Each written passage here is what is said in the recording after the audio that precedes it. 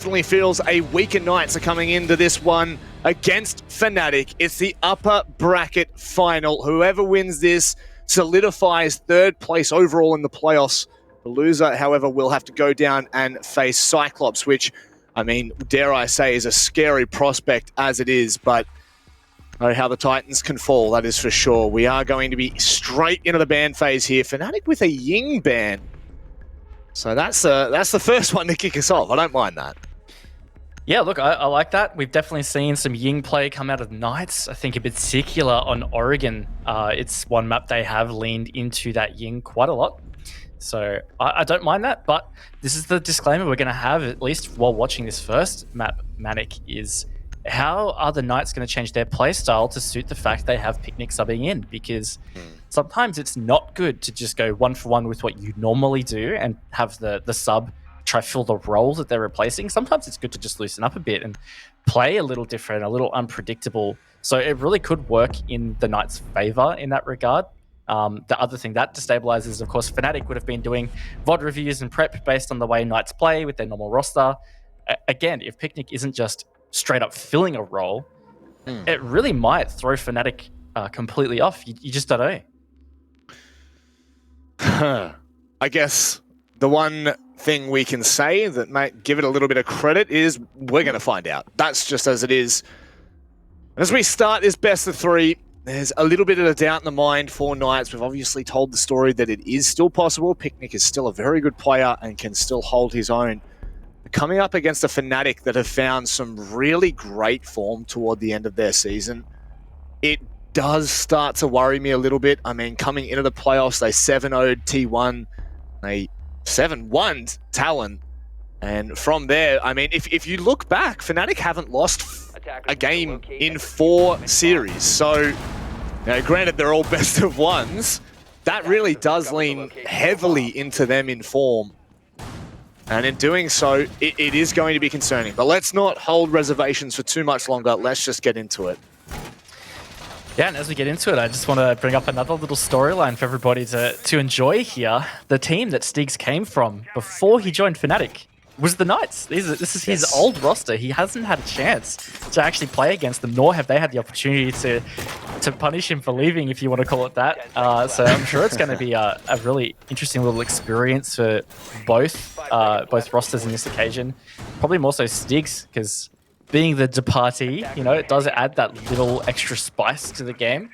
Can affect, you know, how you perform. Some players will totally rise to that occasion. Some players maybe feel the pressure, at least in that first map. But that's the beauty. It's a best of 3. Going to have a good opportunity to settle in and get comfortable. I think it's the last time these two teams played off, as Guz was referencing, it was 15 months ago in the old Pro League format where Fnatic were able to 7-3 them on both occasions. So, you know, I think every storyline we can tell, the fact Stiggs has swapped rosters, that may just go out the window at this point. That's the opening that Fnatic would have been hoping for. Tex finding the kill onto Sage, who has been actually quite a prominent player for Knights, all things considered, throughout their first season in APAC South. And now that sets up Fnatic quite well on this defense. Importantly, too, Sage is actually the best entry player statistically for the Knights in APAC South, going at +5. So to lose this opening duel, that's look a big dub there for Tex. Fnatic on a great start here. Now the Knights need to try and steady the ship. They've already pushed in through this top floor, looking to get this vertical control. But it's taking quite a bit of time, man. I can't help but notice almost half the round gone already. Yeah, it's going to be extremely awkward for Knights should they continue to stall out. We saw this in the match yesterday between Guts and CAG. Guts just not able to find the openings that they needed, and it kind of stalled them out for far too long. A lot of the end of the rounds just were a little bit too easy for that defensive side. So Knights, as we start to look at them as an overall perspective, my goodness, how close is that player coming from security? It's Picnic, and no one's there to retrade. I mean, Josh was there, but it's always going to be tough. And again, just this setup is beautiful, but so is the swing from Dino. Done a great job to take out Alfama. That's going to isolate Lusty. He's got 2 to deal with, and Josh is going to deal with him. Bring it to be a 3v3 now, Manic. The Knights might have given themselves this opportunity to get back into the round. For all we were saying, no time. They certainly still have time. They've got 40 seconds, in fact, to start to make more of an ideal approach. Looks like Fnatic still have vertical control there. Whoever that is up in billiards is going to cause all sorts of issues here, Raven. It really is. But Hayward's just going to go deep, and that's it's not going to work out. Stiggs, that player you talked about with that vertical control, he just makes light work of it. Josh replaces Manic. He's going to try and stick this plant, but Dino from Courtyard, he's got the cover. Oh, it just goes down in time. Dino, he's had a pretty decent APAC South performance, but this is going to have to really be a phenomenal 1 versus 3 clutch. He takes the first step in doing so, holds the line, peeking one at a time. Dino! In a 1 versus 3 clutch comes up massively for the Knights, and that is a much needed sigh of relief. Ice in the veins, tell you what. Dino, that was a fantastic 1v3 clutch, but you got to put props down to Josh sticking the plant. He got rushed by 2 players, and I reckon it was about 0.5 of a second after he confirmed that plant that he was fragged out. If that didn't happen, it definitely would have gone in favor of Fnatic. So really well played from the Knights to recover from that. I think that's a really important start for them to get that first run on the board. Goodness me. That's not what you want to be seeing at all. It is concerning to say the very least for Fnatic, as that will certainly put some fuel to the fire that is the Knights. They've been burning bright all season long. You don't want them seeing form at the very end of the playoffs. And it may just be the opportunity that they're looking for.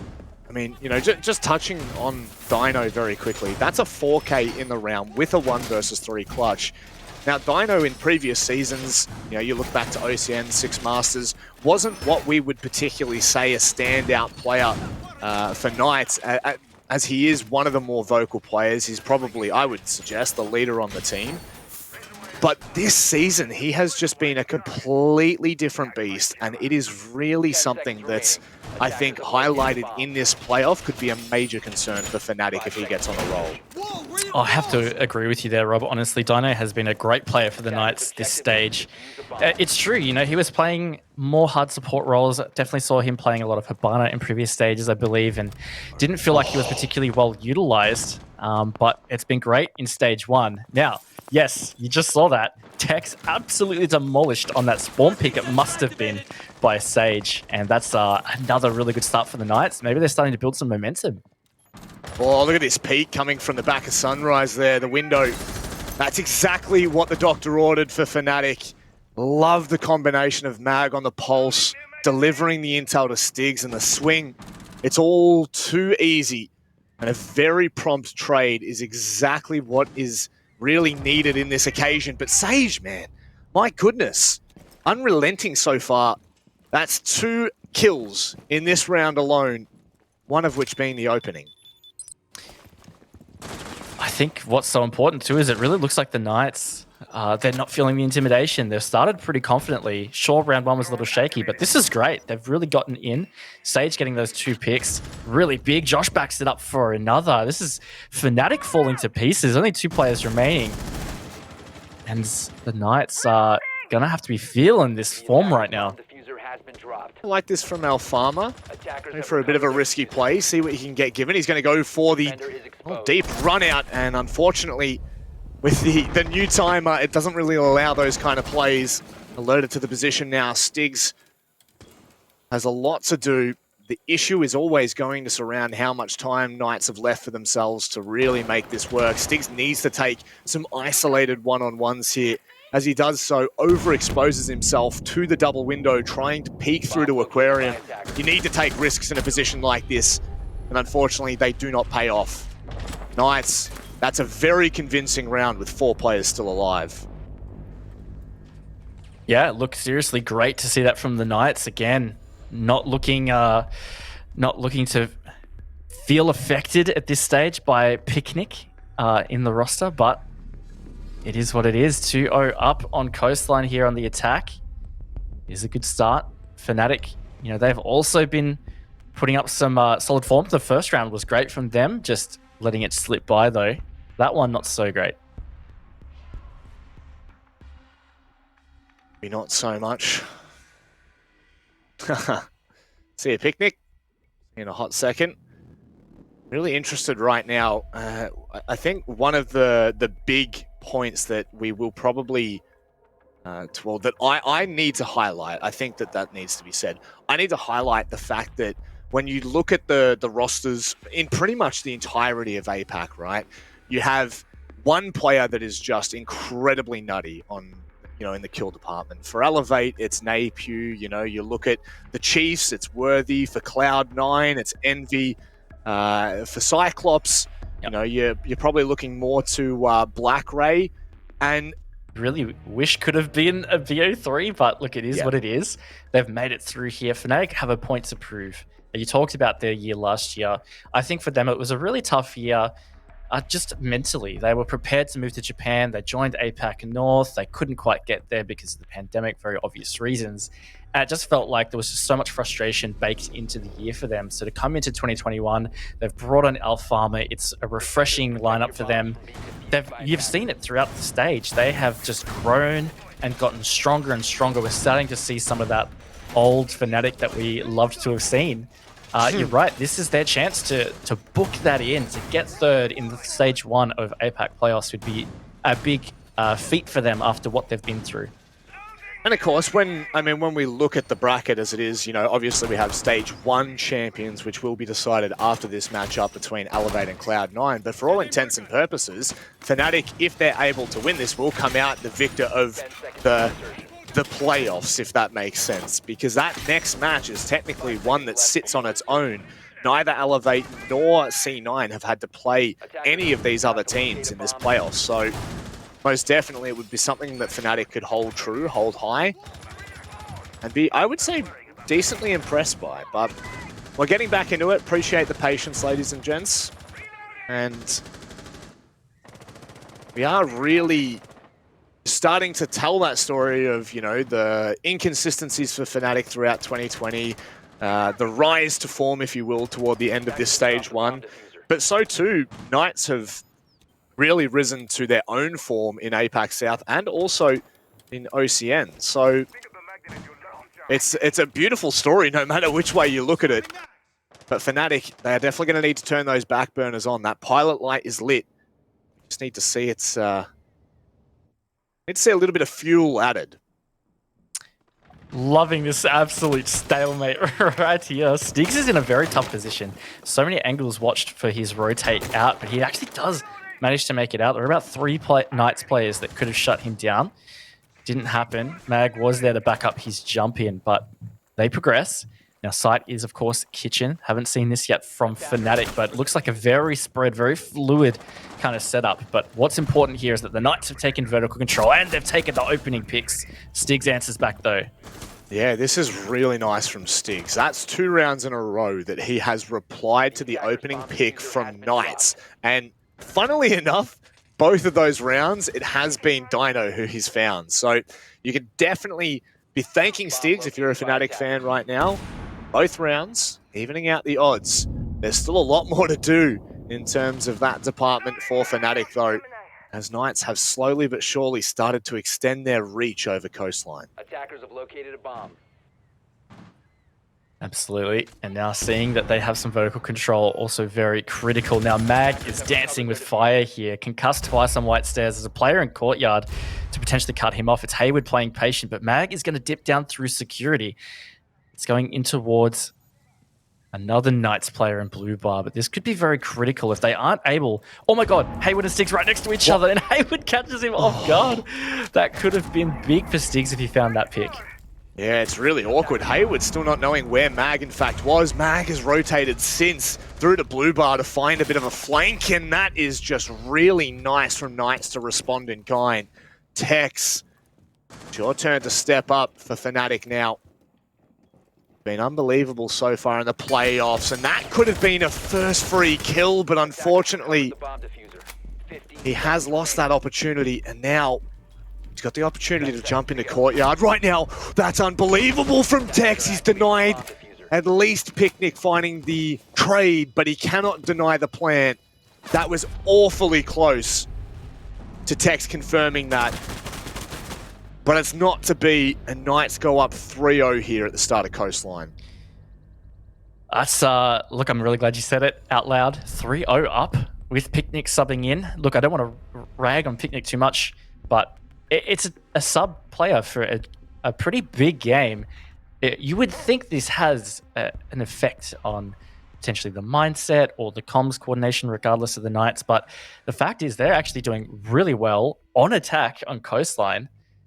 It's a great start from them. And if I'm Fnatic, this is a little bit concerning. I mean, there's still opportunities to bring this back. Coastline can certainly swing in the favor of attackers. But they've got to keep this at bay here. The momentum is really mounting on the Knights side. It can very quickly you can lose control of a game in the blink of an eye. Now, I mean, probably the best point to make would have been that first matchup we saw yesterday, Raven, on Coastline, in fact.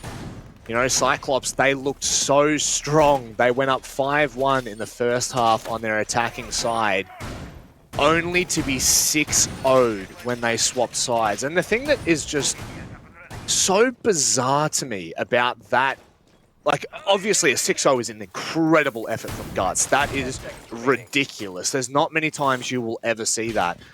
But in APAC South, we've seen Coastline be more favored on the defensive side. It's just insane to have seen so far in the playoffs for APAC overall, where we've got, you know, South Asia, and then the combination of APAC North and APAC South, it just be so heavily attacker-sided. And of course, that's what we expected. But it really just has been the difference between day and night. Worth noting too, in APAC North, that it's actually quite defender-sided that it's been in Stage 1 regular season. 62% defense win rate. Quite solid, to be honest. So you could say this is definitely against the grain, but these two playstyles are probably a little bit different than you'd say the overall is for APAC North, or for, APAC North. But we'll see what happens as we progress through the rest of this half and, of course, into the second half. Now, the Knights, first minute, they've taken some pretty good positions. Mag, fairly isolated in office, though. Looks like he wants to try get back to Blue Bar. And Lusty now there for support. So Josh potentially could have capitalized on that, but not to be. And it's one thing that you can praise Knights for, at least for doing so far.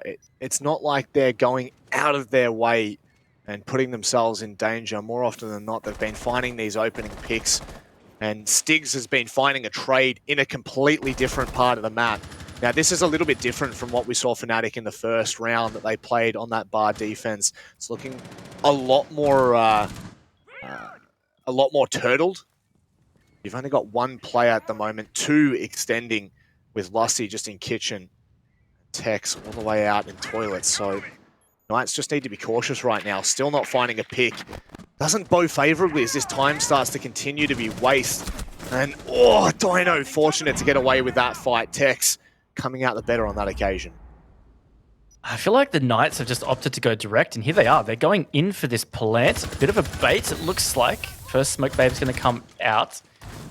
Not quite sticking to plant yet is Hayward, but Tex has finally found that opening pick to Dino. Now, Dino was the one that clutched it out for Knights in round 1 on this site post-plant. And you may be asking, why did Hayward not try to stick it behind the bar just then? The real clear reason was, oh my goodness, what is this from Hayward? He just goes deep into Sunrise. Not traded out yet. Now he's in such an awkward place. Do they have the cover that they need? Is he going to be able to swing and find another kill? Farmer, incredible play from him.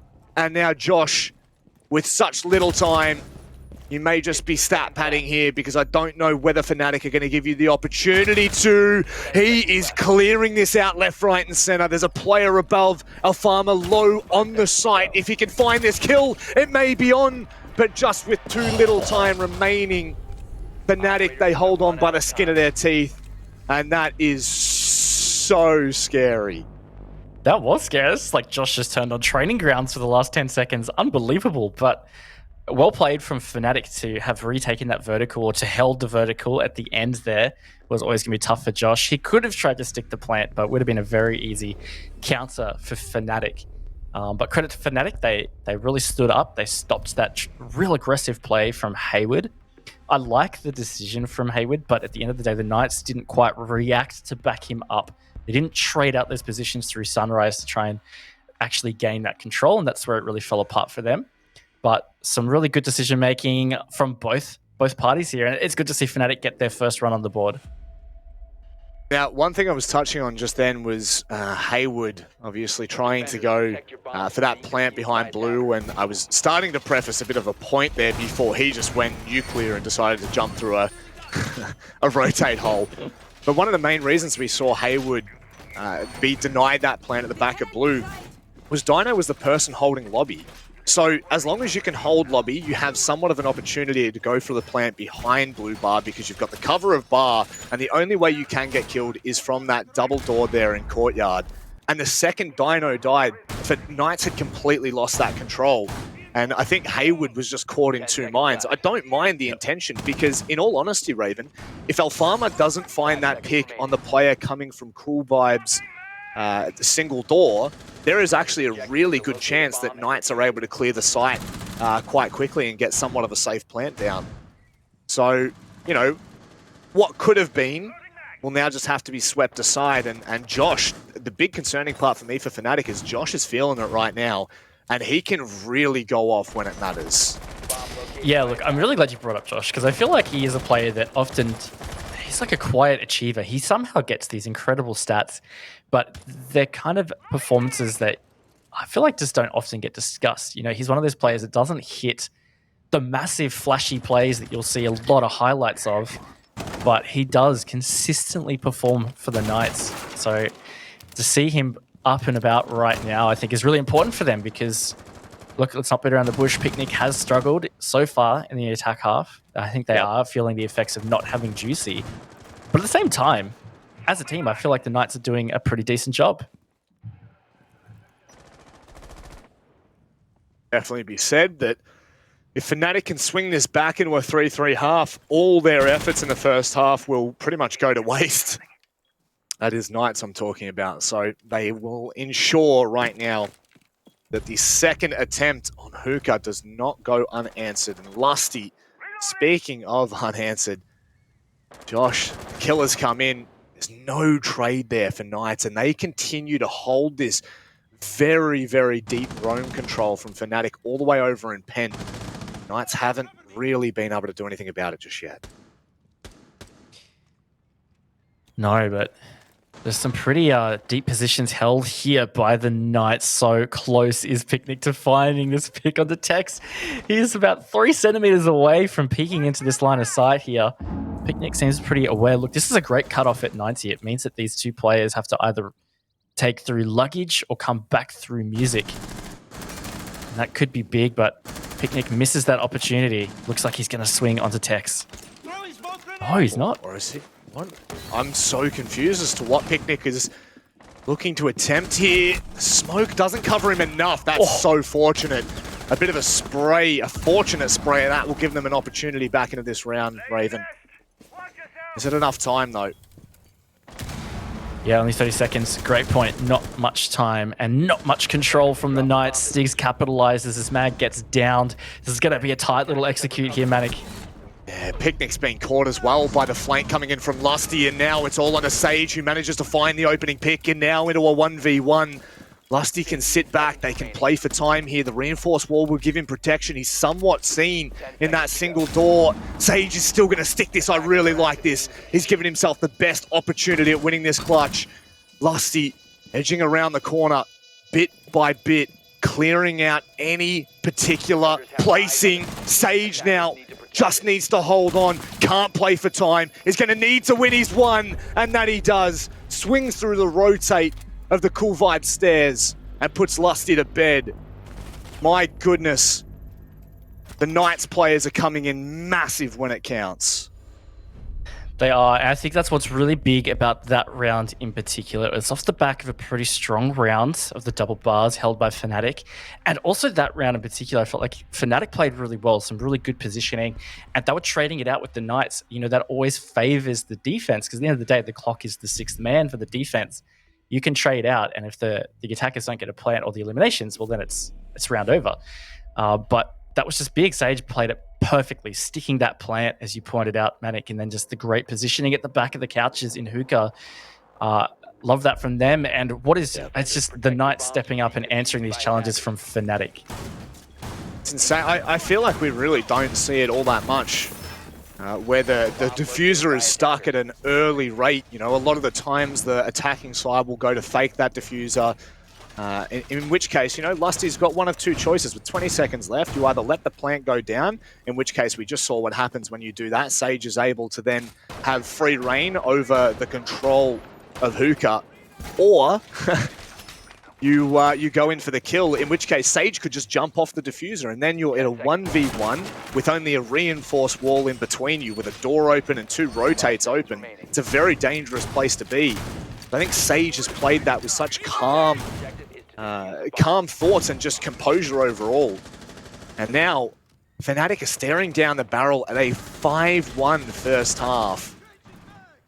They need that, in my opinion, they absolutely cannot afford to let this go past 4-2. They have to secure this last round. Look, I really do agree. And I want to cast our minds back to yesterday. We saw Coastline, first map of the day played, Cyclops versus, my gosh, I'm going blank. Guts. Thank you so much. And look, it was a 5-1 advantage to Cyclops. They actually ultimately lost that 7-5. So we see that happen. It was attacker-sided as well, so very reminiscent of this game. But at the end of the day, you never want to look at that scoreline. There is nothing worse than seeing that and being like, man, we are down 4 rounds and the other team is 2 away from taking the map. That is a struggle. So certainly, if Fnatic can get this, they really do still have a shot. 2-4 is not that bad of a half. Okay, not to bring up old wounds here, Raven, and I'm not going to start to lean into the, hey, a 5-1's actually possible for Fnatic, because we don't want to tell that storyline until we really start to see it. But Chiefs did throw a 6-0 lead against 7th Heaven on Oregon, so I'm not going to say there's a chance, but there's a chance. But let's keep our minds at the forefront of this game, of course. They've taken really great pen control. Picnic, unfortunately, not going to be able to secure the kill for the Lusty, who just rotates. That's a really nasty line. That is cheeky. And the big thing about this is the Knights are going to think that he's rotated. He could sit and hold these, but Hayward getting that pick has made him reconsider. Oh my god, Dino's planting. Hello? They can't deny it either. Hayward had incredible cover, my goodness. Oh my god. Oh my god. What on earth? The Knights have just decided on a dime to go for the plant, and they deny Fnatic any retake positions. That is massive. A huge statement has been made here in the first half, Raven. It's 5-1. And we now swap Knights on defense. It's not even just the statement that is made in terms of the scoreline. I think just that round. What a fantastic just read from the Knights. They knew that there was this offsite presence. The opening was there and they pulled the trigger. That execute was just phenomenal from the Knights. And to have just ended the half on that note in particular, I feel like that is really big. Unbelievable right now. Surely we could not be singing the praises of Knights in as little as 8 rounds. It is possible. It is actually possible that we may see Knights run away with this map 7-1. Again, just to refresh your minds, in APAC South and in APAC North, this statistically is a defender-sided map. Fnatic from North, Knights from South. And right now we are seeing Knights run away with their attacking half. They have set themselves up for unbelievable success. And for anyone who is just joining us, Knights are playing with a sub. Unfortunately, Juicy is unable to attend this match, and Picnic has stood up and stood into the role. And they are really causing and wreaking havoc all over Fnatic. But this is the opportunity for Fnatic to reset. We've seen this done before.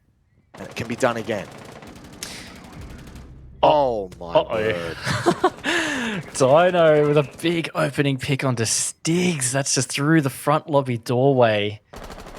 Speaking of adding salt to the wounds after the way they lost round number 6 and then to have that happen. Oh my gosh, the Knights are really barreling forward here. But look, let's not at all write off Fnatic. We just saw a very strong attack half from the Knights. Coastline can seriously be that way. And Fnatic are here for a reason, so I still do believe it's not out of the realm of possibility, but it is going to be tough in this position. It certainly is.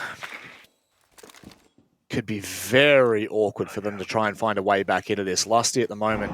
Are they set up here? Oh, I thought for a second, maybe if Mag sticks with Lusty, they may go for a quick little play into Hookah. And they still may just do that. Lusty's going to push him behind. Bari hasn't been spotted. That's the opening that Fnatic are looking for. They've got control of Billiards. A really nice response from Dino gives Knights the leg up in this one. And now they've got to try to go for this. Sage is being caught out. Mag, what can you do from the Hookah balcony? My goodness, this is the trade game. Josh and Haywood left to try and clean this up on the defense here. Fnatic unrelenting on the site. My God, how has this happened? It's now Mag to try and clutch up in a 1v2. How have Knights been able to pull that back? Just incredible. The trades, that was top class. Like, I really have to say, that was incredible. The play from Fnatic was great, and they executed that so well. You had a player pinching down from VIP to Vase. You had the push deep from Lusty to Drinks. They were getting the picks, but just the reactivity from the Knights, incredible. 6-1 match point right now, Manic. This is unbelievable. That was an absolute bloodbath in Hookah and Billiards. What I'm shocked about is the composure for Knights not to stress. Even though things were incredibly chaotic, Knights were still composed enough to not go peaking wildly, to not lose bodies where they didn't need to.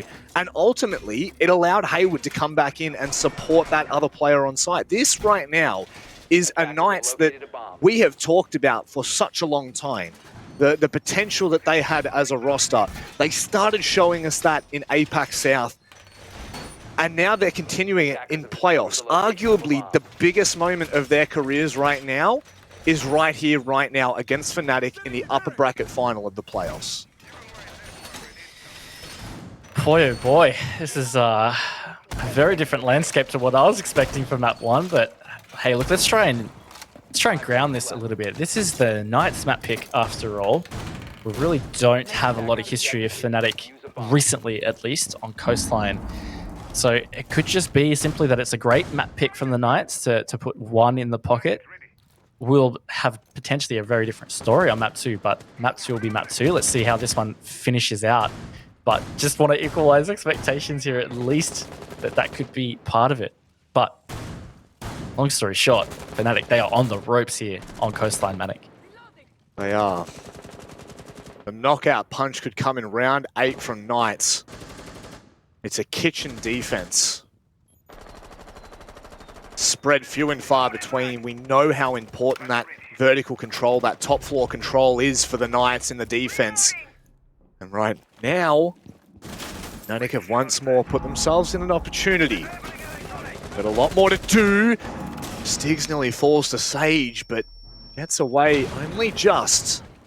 And now Fnatic are going to look to put a little bit more pressure on this player in lobby. Just more pressure in general coming from around that white stairs position. Sage still hard sticking lobby, but Fnatic, they get aggressive. Tex has found another pick onto Haywood. They're in a really good position. In fact, their best position they've been, but Stigs again dies in almost exactly the same spot as the last round. You have a feeling right now that if Fnatic aren't careful, a 5 versus 3 lead slips just like that. Take a deep breath, ladies and gentlemen, because Knights are here to play. Fnatic, like you said, Raven, they're really taking their last breath on Coastline here. Because Knights are still in such an advantageous position now. Oh, I love that from Tex. Through the dead body of Alfama. Gets the cheeky line, and now A 2 versus 3, but I like where Knights are positioned. Dino can't get anything done, and they're still playing aggressive. Sage, try you may. Fnatic have made that work. They make up for their previous blunder, and now is this an opportunity for them to calm and compose? Look, it is. I felt like the Knights wanting to try and end that early. They threw bodies at Fnatic, and Fnatic weathered that storm really well. They backed each other up and managed to close that round out. But look, it's a grim reality. They've got 4 perfect rounds that they need to be getting here to salvage map 1. They have to force overtime. And it really, it isn't out of the possibilities, because I think a team like Fnatic with the star power they have, you look at Stigs and Tex, who have been really consistent throughout stage 1. Lusty has been absolutely going off here in the playoffs in their previous 2 best of ones. Obviously, right now it's a little bit hard to, when you are down 6-2, for it to show on that scoreboard. But at any point in time, this storyline could completely flick. When you're losing it, when you've lost a player like Juicy, there is a certain comfort that is taken away from you as Knights, and maybe this might be an opportunity for Fnatic, not necessarily to bring the map back, but to give them a little bit more, as we will be heading to Villa next. And like we say at all times, Raven, a best of 3 is a completely different kind of mentality that you need. Regardless of whether you've had a bad game, a bad round, you need to be able to recompose, settle yourselves, because we are on Knights map pick after all. You referenced it before. It's a big factor here. It is, and as my guy Xenox loves to say often, BO3s are a marathon, not a sprint. It's not just about the first map, it's about getting the majority of maps, 2 of them. So this is Knights map pick. Fnatic will have an opportunity on theirs. They still have an opportunity here. Oh my lord, Sage. Oh, so close to making it work out. He still turns and flicks. Absolutely incredible fragging from the lobby doorway from Sage. 3 rounds in a row.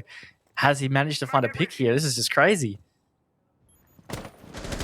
Oh my goodness. Heads will roll. Round 9 giving us all sorts from Sage. And he's still not done. That is the worst part about it, Raven. 2 minutes. Fnatic almost have to throw a Hail Mary here and hope that they can find some trades, find some picks, because this is not looking good. It's not looking good at all, but what is good for them at least, something here is that there is still quite a bit of time on the clock, so they can still try and work a couple of picks to get back into the round. Still over 90 seconds to go. Getting some really good control here too through Penthouse VIP. Can start to put some vertical pressure and try and flush out these roamers. Now there is still one at 90. Stiggs hits the stun, but the player manages to slip away. He's up on the Vase Vault as well. They may not be expecting this, Manic. Oh, I would love to see this work.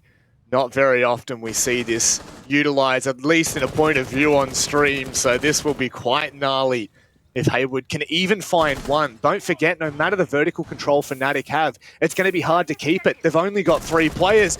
Mag, though, finds a quick pick, and so did Tex. My goodness, talk about evening the odds. Fnatic now in with an opportunity to set this and continue their run on this comeback. Very well played from Fnatic. Honestly, the patience and to not rush and try and capitalize on anything there. They waited, they droned, and then they pulled the trigger. It was really well done from them. Now they've got this 3v3 scenario. Time starting to be a big factor. 30 seconds. And they've got another down in security. This is a really good comeback on the round here for Fnatic. Absolutely massive. One thing you have to highlight, their drone economy. They've still got 9 in the pocket, 6 on the board right now. Dino, he may just find this pick quite valiantly. It's a trade. And now Picnic, the sub. Could this be an unbelievable storyline for a player that is just stepping in for Knights when it counts? He's going to get pressed from both sides, and that will unfortunately be the pinch that Fnatic are looking for. An excellent round, an excellent comeback that have enabled them to go 1 round deeper on Coastline. Yeah, look, I like the thought from Picnic there as well. Just shut out that kitchen entrance, maybe not quite the best place for the smoke babe, but at the end of the day, full credit to Fnatic there. They were 2 players down pretty early in the round there after a nutty play from Sage, and they held their composure. They did a really, honestly solid, tight job to bring that back, and they're getting some momentum now, Manic. 3 rounds is what's left for them to push this to OT. And unfortunately, the biggest issue with that is they're going to have to go 5 rounds straight here on their attack. Now, it's not unheard of. We saw Knights go not 5 rounds straight, but they certainly went 5 rounds. And in doing so, have put themselves in the best possible position. I just want to talk about that round very quickly from Fnatic, because I highlighted it right toward the end of that round was their drone economy. The first drone that they lost came in the last 30 seconds of the round. They had 7 drones in the field, unspotted by Knights. And you mentioned it, Raven. They were calm and composed enough to allow them to find that pick on, I believe it was Haywood, who had found himself on the Vase Vault. Now, in other occasions, let's say there are fewer drones, there are fewer opportunities to be able to do that because you need to look at flank watches, whatever it may be. Maybe they don't have the drone to spare there. Maybe they don't get that information. So the fact that Fnatic have, when it really counts, been able to just take it slow and be more methodical, it has really given them yet another lifeline in this. And I mean, drone economy, there we go. Knights have found 2 in the prep phase. Yeah, look, that's a good point. And it's something that actually we're not seeing the Knights do a lot of is info denial. Not really running a lot of mute or Mozzie. In fact, they haven't brought either their entire defense half. So maybe that is an adaptation that could work out well for them. If Fnatic are just getting all this info on the drones and being able to capitalize on it, might be start to think about how they can affect that. But anyway, Knights are on match point. They only need to get one of these. They may be able to brute it with the way things are going right now. Let's see what they can bring back on round number 10. Speaking of round number 10, it was round 7 that we last saw Hookah attempted. Now, the highlighting factor is, yes, Knights won that round, but the really massive part about that was the fact that it was just an onslaught on site. And honestly, it could have actually gone either way. Mag was left in a 1v2. At one point, it was a 3v2 in favor of Fnatic. There was any possibility that that could have worked. Unfortunately, it doesn't. And right now, Fnatic are doing an incredible job at taking map control on that second floor really early on here. They are once more setting themselves up in the best possible place to be. They really are. They've got some really good control here through VIP and now through luggage. It's going to put a lot of pressure in towards Billiard's site, which is looking to be where they're shaping up for this plant. Now, it's a lot of time for the Knights to have to deny here. They may even have to try and get a flank to actually get some penetration. This could be really big. And I think that's exactly what they're doing in lobby right now. Who is that? Oh, Alfama. He's been given the information, but Haywood wins it out. That right there, that could be the linchpin for Knights winning the round. That is absolutely massive. But we've seen Fnatic on multiple occasions down on the player count. They're all in Aquarium right now. This push is going to come in. Haywood underneath. He has rotated into office. Mag's going to be pushed back once more. And Fnatic, they're in an awkward position, Raven. Very awkward. But Tex, this could be big. If he finds this vertical presence that's being held, it may enable Mag to go through for this pick, or for the plant, I should say. Haywood, he's got to play this well. He sees the back, he misses it. That is Mag going in, but he's had to pull out because of these smokes. Really well played from Picnic. He's down to Manic. This is it. Yeah, this is it. Dino being able to finish off Lusty now. Tex falls, and it's all onto Mag. You need to step up here, Mag. There's no time left, and there's no rounds left. Knights secure coastline in an incredible 7-3 victory. They've put themselves up the map in the series in this upper bracket final. Such a good effort. Now look, the map's finally over. We can start to talk about it. That is a really big statement for map 1. I know it's their map pick, and there's obviously a reason they've chosen it, but at the end of the day, you can't look past the facts. They've had to play with a sub of Picnic, omitting Juicy, who's a very strong player in his own right. Now, look, Picnic did struggle. You look at the scoreboard, 3 and 7, not super good. He was playing some support roles, and maybe he is a fantastic communicator, but to be able to carry that through and deliver such a strong performance, I really feel like that